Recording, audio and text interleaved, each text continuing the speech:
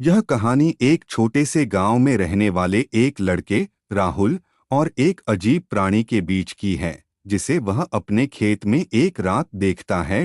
राहुल का गांव शांत और साधारण था। वह रोज शाम अपने खेत में काम करने जाता था। एक रात जब वह अपने खेत में पानी दे रहा था, उसने आसमान में एक चमकदार रोशनी देखी। रोशनी धीरे धीरे नीचे आई और खेत के एक कोने में उतर गई। राहुल ने डरते डरते उस तरफ कदम बढ़ाए। जब वह पास पहुंचा, उसने देखा कि वहां एक छोटा सा अंतरिक्ष यान खड़ा है और उसके पास एक अजीब प्राणी खड़ा है।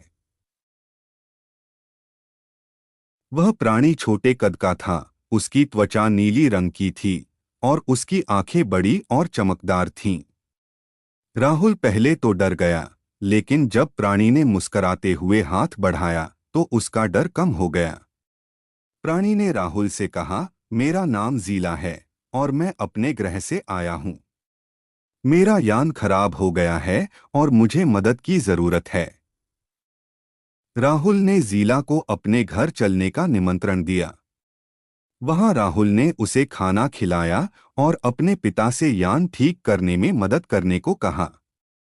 राहुल के पिता ने ज़ीला को देखा और आश्चर्यचकित हुए, लेकिन राहुल ने उन्हें सब कुछ समझाया। वे सब मिलकर यान ठीक करने में जुट गए। काम करते करते राहुल और ज़ीला में गहरी दोस्ती हो गई। ज़ीला ने राहुल को अपने ग्रह की कहानियां सुनाई और राहुल ने उसे धरती के बारे में बताया। कुछ दिनों बाद यान ठीक हो गया और ज़ीला को वापस जाना पड़ा। विदाई के समय दोनों की आंखें नम थीं। ज़ीला ने राहुल से वादा किया कि वह वापस आएगा। उसने राहुल को एक छोटा सा उपकरण दिया और कहा, जब भी तुम्हें मेरी जरूरत हो, बस इस बटन को दबाना।